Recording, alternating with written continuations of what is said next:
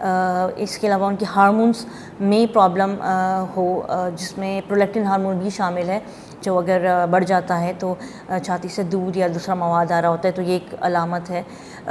اس کے علاوہ thyroid hormone کم یا زیادہ ہو جائے، یہ سارے ہارمونل پرابلم ہوتے ہیں جن کی وجہ سے پریگنینسی نہیں ٹھہر رہی ہوتی۔ اس کے علاوہ اگر بچے دانی میں ہی کوئی نقص ہو، جیسے بچے دانی کو پیدائشی طور پہ کوئی پرابلم ہو، یہ فائبرائڈس ہوں، بچے دانی میں رسولیاں ہوں، پہلے صفائیاں ہوئی ہوں جس کی وجہ سے بچے دانی میں ایشرمن سنڈروم بن گیا ہو، یعنی بچے دانی اندر سے بلاک ہو گئی ہو، یا کسی پہلے آپریشن کی وجہ سے یا کسی اور انفیکشن کی وجہ سے ٹیوبس بند ہو گئے ہوں، یہ ساری وجوہات ہوتی ہیں فیمیلز میں۔ میلز میں جو وجوہات ہوتی ہیں ان میں سب سے کامن وجہ یہ ہوتی ہے کہ ان کو کوئی میڈیکل ڈس آرڈر ہو، جیسے بلڈ پریشر ہے، شوگر ہے، کنٹرول نہیں ہے، کوئی نشہ کرتے ہوں، اسموکنگ کرتے ہوں، کوئی اور میڈیکیشن لے رہے ہوں، اسٹریس لیتے ہوں، لائف اسٹائل پرابلم ہو، یا کوئی موروثی پرابلم ہو جو مرد حضرات میں ہو یا خواتین میں، ایسی کیسز میں بچے نہیں ٹھہر رہے ہوتے۔ اسی طرح فیمیل میں بھی کوئی بلڈ ڈس آرڈر ہو، وہ اسٹریس لے رہی ہوں، کوئی اور میڈیکیشن لے رہی ہوں، اسپیشلی ڈرماٹولوجیکل جو میڈیسنس ہوتی ہیں وہ بھی بچہ ٹھہرنے کی پوٹینسی کو کم کر رہی ہوتی ہیں۔ تو اگر آپ بچے کا علاج کرنا چاہ رہے ہیں تو آپ گائنیکالوجسٹ کے پاس جائیں، کسی بھی ڈرماٹولوجیکل ٹریٹمنٹ کو لیں۔ تو اس لیے اگر آپ بچے کا علاج کرنا چاہ رہے ہیں تو پہلے اپنے گائنیکالوجسٹ سے کنسرن کریں، کسی بھی ڈرماٹولوجسٹ کے پاس جانے سے پہلے۔ جو لاسٹ 1/3 کاز ہے اس کو ہم کہتے ہیں ایڈیوپیتھک، یعنی وہ کاز جہاں پہ نہ شوہر کو کوئی پرابلم ہوتی ہے، نہ فیمیل کو کوئی آبویس پرابلم ہوتی ہے، پھر بھی پریگنینسی نہیں ٹھہر رہی ہوتی۔ جب بھی کوئی بے اولادگی کے کپل ہمارے پاس آتے ہیں تو سب سے پہلے، جس طرح میں نے کہا کہ میں ہمیشہ ایز اے کپل ٹریٹ کرتی ہوں، تو ہم ریکمینڈ کرتے ہیں کہ اب ہسبینڈ اور وائف دونوں ہمارے کلینکس میں ہیں۔ سب سے پہلا اسٹیپ جو ہم علاج میں کرتے ہیں وہ ایک پراپر ہسٹری لیتے ہیں، اور یہ سب سے امپورٹنٹ ہے، جسے میں بار بار کہہ رہی ہوں، وجہ پتہ ہونا چاہیے، کیونکہ علاج وجہ کا ہوتا ہے۔ بچہ نہیں ٹھہرنے کی کوئی نہ کوئی بیک گراؤنڈ ہوتا ہے، کوئی نہ کوئی بیماری ہوتی ہے، تو اگر آپ اس بیماری کو ٹریٹ ہی نہیں کریں گے تو پریگنینسی کا ریٹ کم ہو جائے گا۔ تو پہلے بیماری ٹریٹ ہوتی ہے، اس کے بعد پھر پریگنینسی ہوتی ہے۔ تو سب سے پہلے تو ہم پراپر ہسٹری لیتے ہیں، ہسبینڈ کی بھی اور وائف کی بھی۔ بہت دفعہ ایسا ہوتا ہے کہ آپ کو کوئی آبویس پرابلم نہیں ہوتی، مگر کچھ اور چیزیں ہوتی ہیں جو انڈائریکٹلی افیکٹ کر رہی ہوتی ہیں آپ کی پریگنینسی کو۔ جیسے میں نے کہا، بہت زیادہ اسٹریس لیتے ہوں، کوئی ایڈکشن ہو، اسموکنگ بہت زیادہ کرتے ہوں، لائف اسٹائل میں پرابلم ہو، وزن بہت کم ہو یا وزن بہت زیادہ ہو گیا ہو، بہت کم موبلٹی ہو، یعنی ایکٹیو نہ ہوں، یا بہت زیادہ اوور ایکٹیو ہوں، ایتھلیٹس ہوں، ان میں بھی بچے ٹھہرنے کی پرابلمس ہو سکتی ہیں۔ دوسرے اسٹیپ پہ ہم کچھ ٹیسٹ کرواتے ہیں، جو فیمیلز میں عام طور پہ ہم کچھ بیس لائن ٹیسٹ بھی کراتے ہیں، مگر ان کی پرابلم سے ریلیٹڈ ہم کچھ ہارمونس کرواتے ہیں، اسپیشلی FSH ہارمون ہے، پرولیکٹن ہارمون ہے، اور تھائرائیڈ کا ہارمون ہے۔ یہ ٹیسٹ ضروری ہوتے ہیں جو ہونے چاہیے۔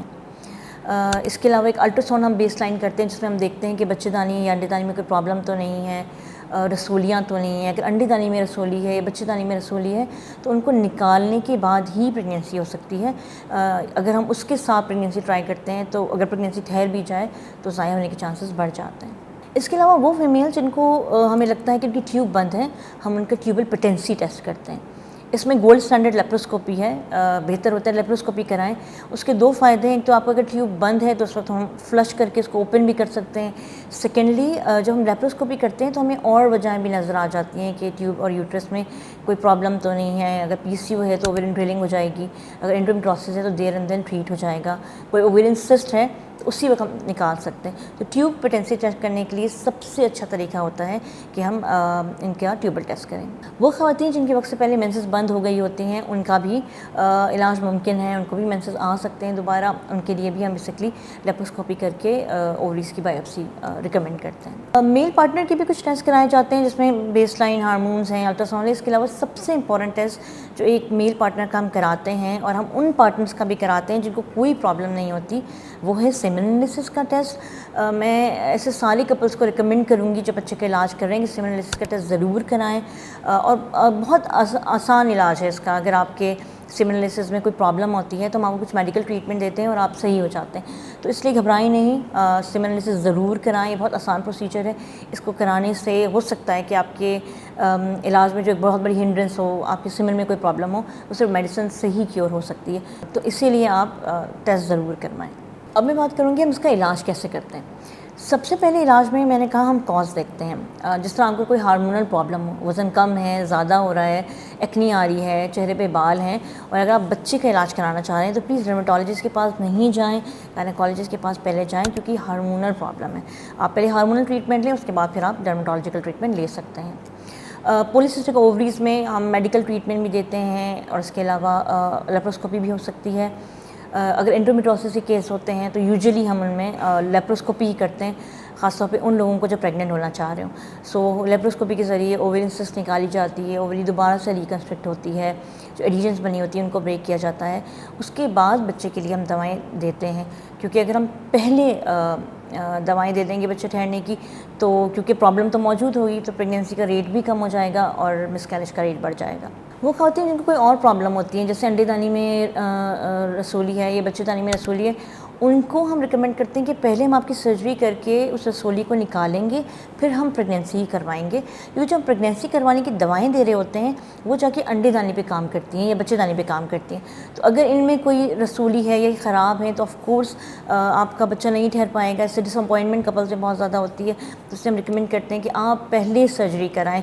ڈاکٹر آپ کو جو پرابلم بتا رہی ہے پہلے اس کو ٹریٹ کریں, چاہے سرجیکل ٹریٹمنٹ ہو یا میڈیکل ٹریٹمنٹ ہو, پھر اوویلیشن ریڈکشن کی میڈیسنس پہ جائیں. جب ہم کاز ٹریٹ کر لیتے ہیں, یوزلی ہم کچھ مہینے کے لیے پہلے ہارمونس دیتے ہیں تاکہ سائیکل نارمل ہو جائے, ہارمونز ریگولر ہو جائیں, جو بھی پرابلم ٹھیک ہو جائے. اس کے بعد ہم پریگنینسی کی دوائیں دینا شروع کرتے ہیں جن کو کہتے ہیں اوویلیشن انڈکشن. یہ دوائیں یوزلی پیریڈس کے سیکنڈ سے تھرڈ ڈے پہ شروع ہوتی ہیں. ایک آپ کو دوا دی جاتی ہے جو یوزلی 5 دن کے لیے دیتے ہیں. پھر ہم ایگ کی ٹریکنگ کرتے ہیں کہ ایگز بن رہے ہیں, کس سائز کے ایگز بن رہے ہیں فیمیل کے, اور اس کے علاوہ اگر ضرورت ہو تو ہم کچھ انجیکشنز بھی ایڈ کرتے ہیں تاکہ ہمیں فولیکلز اس سائز کے مل جائیں جو بچہ ٹھہرنے کے لیے ضروری ہوتا ہے. جیسے میں نے کہا سب سے پہلے ہم کاز ٹریٹ کرتے ہیں, چاہے میڈیکل کاز ہو یا سرجیکل کاز ہو. سو ہم اس کی ٹریٹمنٹ کرتے ہیں. کچھ عرصے کے لیے ہم کچھ ملٹی وائٹامنس دیتے ہیں جو پریگنینسی اسپیسیفک ہوتی ہے, ہسبینڈ کو بھی اور وائف کو بھی. ہارمون صحیح کرنے کی دوائیں دی جاتی ہیں. اس کے بعد ہم اوویلیشن انڈکشن کی دوائیں شروع کرتے ہیں. یہ دوائیں پریگنینسی ٹھہرنے کی اسپیسیفک دوائیں ہوتی ہیں. ان کو پیریڈس کے دوسرے سے تیسرے دن کے دوران ہم اسٹارٹ کرتے ہیں, اور یوزلی یہ 5 دن کے لیے دیتے ہیں. ان دواؤں کے ساتھ ہم فولیکل ٹریکنگ کرتے ہیں, یعنی الٹرا ساؤنڈ کرا کے دیکھتے ہیں کہ فیمیل کے انڈے اس سائز کے بن رہے ہیں جو پریگنینسی کے لیے ضروری ہیں کہ نہیں. اور اگر ضرورت ہو تو ہم کچھ انجیکشنز بھی ایڈ کرتے ہیں. جب ڈے 11 یا 12 پہ ہمیں لگتا ہے کہ انڈے اس سائز کے بن گئے ہیں جس سائز کے ہمیں چاہیے, تو کچھ انجیکشن لگاتے ہیں, اور آگے سے کپلس کو گائیڈ کیا جاتا ہے کہ انہوں نے آگے سے پریگنینسی کے لیے کیا کرنا ہے. بہت سارے کیسز میں, اسپیشلی ان لوگوں میں جن کو کوئی پرابلم نہیں ہوتی یا وہ لوگ جن کی ہم پرابلم پہلے ٹریٹ کر چکے ہوتے ہیں, وہ اوویلیشن انڈکشن کی دواؤں سے رسپونڈ کر لیتے ہیں, اور یوزلی 3 سے 6 مہینے کے اندر پریگنینسی ہو جاتی ہے. جن لوگوں کو ہمیں رسپونڈ نہیں آتا, جن کپلز میں ہمیں رسپونڈ نہیں آ رہا ہوتا ہے ان دواؤں سے, ان کے لیے ہم آرٹیفیشیل ریپروڈکٹیو ٹیکنیکس ریکمینڈ کرتے ہیں, جس میں IUI اور IVF شامل ہے. جہاں کوئی میل کاز ہوتی ہے تو یوزلی جیسے میں نے کہا کہ اگر کوئی میڈیکل کاز ہے یا کوئی اور پرابلم ہے تو ہم دوائیں دے کے ہسبینڈ کو ٹریٹ کرتے ہیں. اور کبھی کبھی ایسا بھی ہوتا ہے کہ ہسبینڈ کے جراثیم بہت کم ہوتے ہیں یا انکمپیٹنٹ ہوتے ہیں, تو پھر ایسے کیسز میں ہم انٹرا یوٹرائن انسیمینیشن کرتے ہیں, جس میں ایک اسپیسیفک پروسیجر سے ہسبینڈ کا پانی وائف کے اندر ڈالا جاتا ہے. سو اس سے پریگنینسی ریٹ بڑھ جاتا ہے, اور یہ بھی ایک طرح کی آرٹیفیشیل ریپروڈکٹیو ٹیکنیک ہی ہوتی ہے. جو دوسرا طریقہ ہے جس کو عام زبان میں لوگ ٹیسٹ ٹیوب بیبی کہہ رہے ہوتے ہیں, وہ IVF ہے, یعنی ان وٹرو فرٹیلائزیشن. اس پروسیجر میں ہم کرتے یہ ہیں کہ فیمیلز کے ایگز, جیسے میں نے پہلے کہا, ہم دواؤں انجیکشن کے ساتھ فیمیلز کے ایگز بناتے ہیں. پھر اسپیسیفک ڈیز میں فیمیل کے ایگ کو اور میل کے اسپرم کو ملا کے ایک ایگ بنایا جاتا ہے, جن کو ہم اسپیشل کنڈیشن میں اسپیشل مشینز میں 2-3 دن کے لیے رکھتے ہیں, اور اس کے بعد جب 3 دن کا ایک بیبی بن جاتا ہے تو اس کو ماں کے اندر ٹرانسفر کیا جاتا ہے. ایسے پریگنینسی میں ہم IVF کے بعد پیشنٹ کو کچھ دوائیں دیتے ہیں جو ہارمونل سپورٹ ہوتا ہے تاکہ پریگنینسی ابارٹ نہ ہونے پائے. سو یہ وہ سارے طریقے ہیں جو ہم اڈاپٹ کر سکتے ہیں بچے کے علاج کے لیے.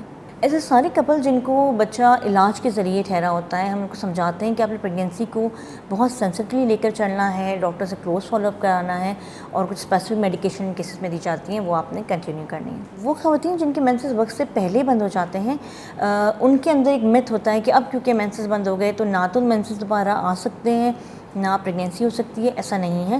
ہم ایک ہارمون اسپیسیفک کرا کے دیکھتے ہیں کہ فیمیل کا اوویرین ریزرو کتنا بچا ہے. اور اس کے لحاظ سے ہم ان کو دوائیں دیتے ہیں، اور پاسبل ہو سکتا ہے کہ آپ کے مینسز بھی ہو جائیں اور آپ کی پریگنینسی بھی ہو جائے، لیکن ضروری ہے کہ آپ کوالیفائڈ اسپیشلسٹ کے پاس جائیں اور وہ جیسے آپ کو سمجھاتے ہیں ویسے آپ فالو کریں۔ ہر میرڈ کپل چاہتا ہے کہ ان کے بچے ہوں، اور انفرٹیلیٹی ایک بہت بڑا ڈیلیما ہوتا ہے، میل اور فیمیل دونوں کو سائیکالوجیکلی بھی افیکٹ کر رہا ہوتا ہے، ان کی لائف کو بھی افیکٹ کر رہا ہوتا ہے۔ تو سب سے پہلے میں ریکمینڈ کروں گی کہ ایسے اگر آپ کی کوئی پرابلم ہے تو آپ ہمارے پاس آئیں۔ بہت ساری چیزیں جن کے بارے میں آپ سمجھ رہے ہوتے ہیں کہ ان کا کوئی علاج پاسبل نہیں ہے، ان کا علاج ہو سکتا ہے، جیسے کچھ لوگ سمجھتے ہیں کہ اگر مرد کی جراثیم کم ہے تو اس کا کوئی علاج نہیں ہے، جبکہ اس کا علاج پاسبل ہے۔ اگر کوئی بھی پرابلم ہے تو آپ ہمارے پاس آ کے کنسلٹ کریں۔ ہر چیز کا علاج ممکن ہے، مگر علاج ٹائملی ہونا ضروری ہے۔ اگر آپ وقت پہ علاج کرائیں اور آپ تسلی سے ڈاکٹر کے کہنے کے مطابق چلیں گے تو پریگنینسی ہونے کے چانسز بڑھ سکتے ہیں۔ اپنا اور اپنی صحت کا بہت زیادہ خیال رکھیں۔ اپنی کسی بھی گائنی یا آبسٹیٹیکل پرابلم کے لیے اگر آپ مجھ سے کنسرن کرنا چاہیں تو اولوڈاک کے تھرو ویڈیو کنسلٹیشن کر سکتے ہیں، یا مجھے میرے کلینکس پہ وزٹ کر سکتے ہیں۔ Thank you so much for watching this video.